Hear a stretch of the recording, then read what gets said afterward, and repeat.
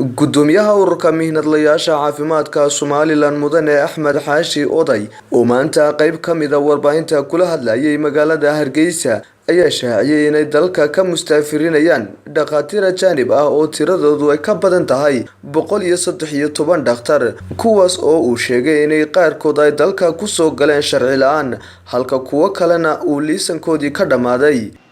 sharciga maalin bay stage buu leeyahay soo sharci ku yeelan maalin fulin kareen maalin wad fulin karaysaa marka hore anaga inagu wareegaysanaysay markaan ilaa madaxweynaha gaadhnay oo madaxweynaha soo jawaabay markaas ay ku noqotay sharciga in dhaqso loo fuliyo waayo saddex hay'adood oo kala kaana buu naga dhaxeeyay saddexdeed cidna xiriirsan u baahnayn dabeetana warkii uu dhamaaday marka imika go'aanka waxaanu gaadhnay warqadii wasiirku qoray tiim madaxweynuhu qoray iyo toonna ku codsanayba marka waqtigiisa saas ku bislaad waxaan kaga jawaabayaa horta waxa Ilaahay ku fududeeyay anaga ninkii xafiiskayga yimaada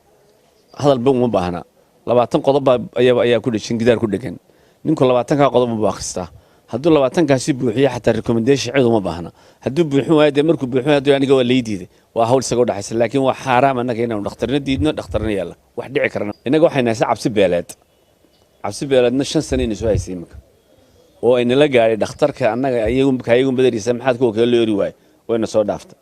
wiigii hore waxaan wasaaradda caafimaadka dhexda lagu qabsaday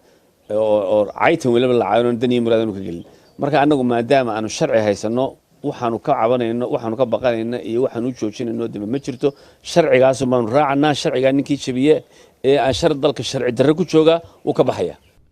waxaanu bilaabanaa maanta laga bilaabo maanta axada Soomaaliya laga bilaabo qaarna waxay bilaabaysaa wixii liisan haystay oo ka dhacayna 7 cisho maanta uga bilaabaysaa maalinta isku cusboonaysiin waayo uu tagayaa wixii kalena bil gudaheed oo laga bilaabo imika ay ku baxayaan